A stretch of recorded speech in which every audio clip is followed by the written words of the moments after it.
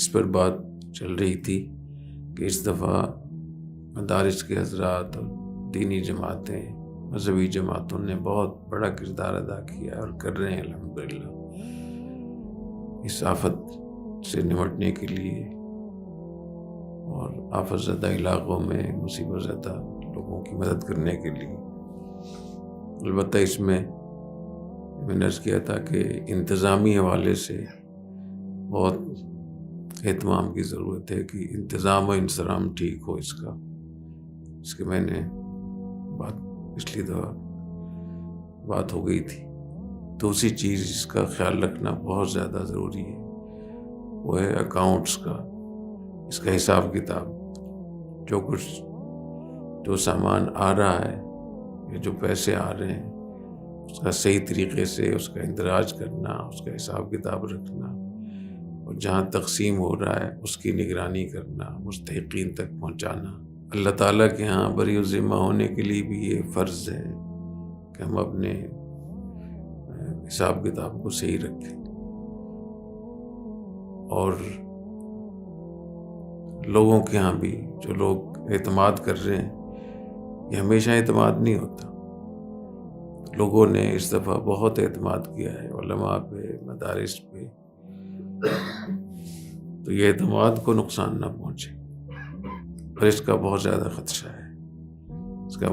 خدشہ ہے کیونکہ پہلے سے اس کی تیاری نہیں تھی، اور ہنگامی حالات میں سب لوگ اس میں آ گئے، اور پہلے سے باقاعدہ ان چیزوں کا علم بھی کم ہوتا ہے ہمارے ہاں، اور اہتمام بھی کم ہوتا ہے، اور کام بھی ان کے سپرد ہوتا ہے جو ان چیزوں سے واقف نہیں ہوتے۔ اس کا نتیجہ یہ ہو سکتا ہے کہ لوگوں کے اموال خدا نخواستہ ضائع ہو جائیں، یا اس میں خدا نخواستہ خیانت ہونے لگے اور پتہ ہی نہ چلے۔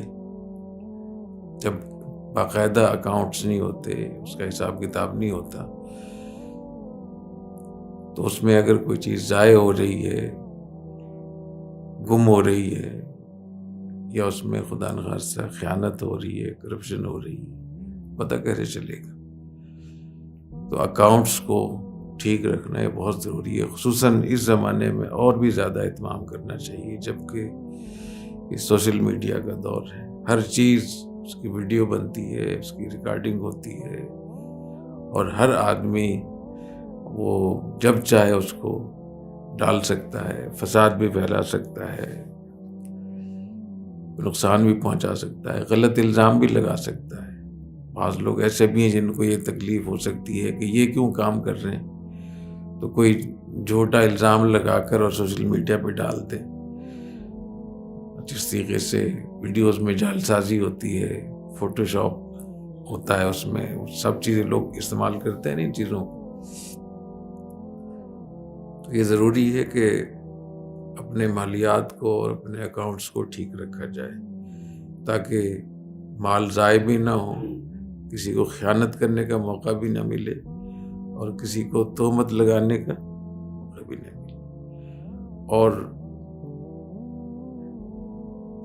وہ قوتیں پاکستان میں انتشار پھیلانا چاہتی ہیں، ان کی سازشوں کو بھی روکا جا سکے، اور حکومتوں کو اور بیرونی دنیا کو جو مداخلت کا موقع ملتا ہے پابندی لگانے کا، کلعدم کرنے کا، تو اپنے اس کو اتنا شفاف رکھیں کہ آپ جواب دے سکیں۔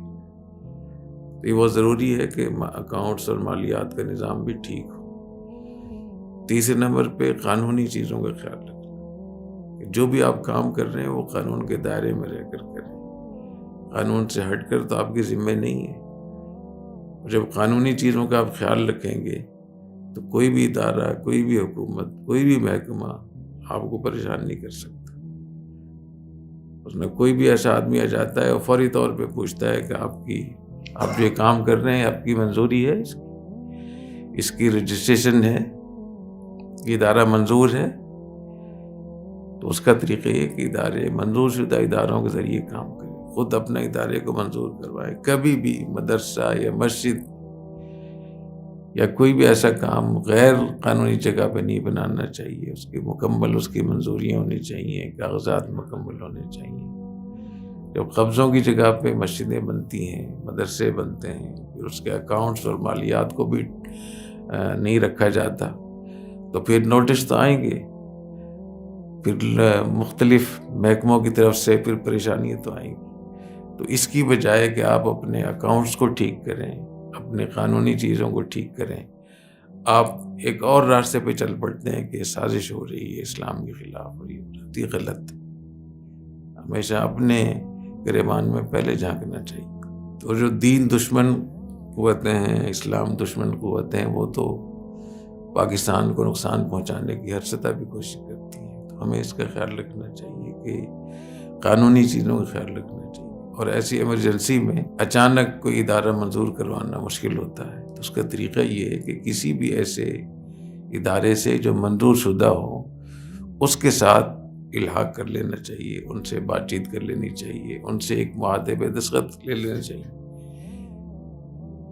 کہ ہم آپ کے ساتھ ان شرائط کے ساتھ آپ کے ساتھ ہم مدد کریں گے، یا آپ کے ساتھ مل کر کریں گے، یا پارٹنرشپ کریں گے، یا جو بھی ایک طریقہ کار ہوتا ہے، لکھا ہوا چیز ہونی چاہیے، لکھی ہوئی۔ تو پھر دونوں پارٹیاں پابند بھی ہوتی ہیں، اور آپ اس کو دکھا بھی سکتے ہیں۔ کوئی بھی اگر آپ کے پاس کوئی آتا ہے پوچھنے کے لیے کہ آپ کیسے کام کر رہے ہیں، تو وہ بتاتے ہیں کہ یہ کام ہم کر رہے ہیں، ہم لوگوں سے سامان جمع کر رہے ہیں اور اس ادارے کے ذریعے سے ہم پہنچا رہے ہیں۔ اور جب آپ اس ادارے کو دیں، اس سے رسید لے لیں، کوئی سامان دے رہے ہیں، کوئی پیسہ دے رہے ہیں، کچھ بھی کر رہے ہیں، اسے لکھوا لیں کہ ہم نے اتنے گاڑیاں اور گاڑی میں اتنے سامان تھا، یہ ہم نے آپ کے حوالے کیا، اس کے دستخط دیں ہمیں۔ تو اس طریقے سے ہوتا ہے کام۔ تو آپ کی مینجمنٹ، آپ کے اکاؤنٹس اور آپ کی قانونی چیزیں یہ ٹھیک ہوں تو اللہ تعالیٰ کے ہاں بری ہوں گے۔ یہ عند اللہ بھی ضروری ہے۔ انتظام انصرام کا ٹھیک ہونا یہ شرعاً واجب ہے، فرض ہے۔ ان اللہ کتب الاحسان فی کل شیء، لوگوں کی حق تلفی کرنا، ایسا ماحول دینا جس سے لوگوں کے اموال ضائع ہو جائیں، اس میں لوگ خیانت کرنے لگے، سامان گم ہونے لگے، پتہ ہی نہ ہو، یہ تو حرام ہے، جائز نہیں ہے۔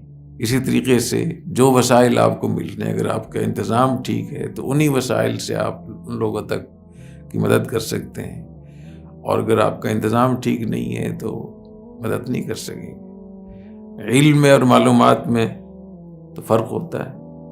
اگر آپ اردو کی کوئی کتاب شوگر پہ کوئی ہو، کسی ڈاکٹر کی کتاب لکھی، آپ اس کو پڑھ کر اور سمجھیں کہ میں اب شوگر کا ماہر بن گیا ہوں، تو کیا کہیں گے اس کو؟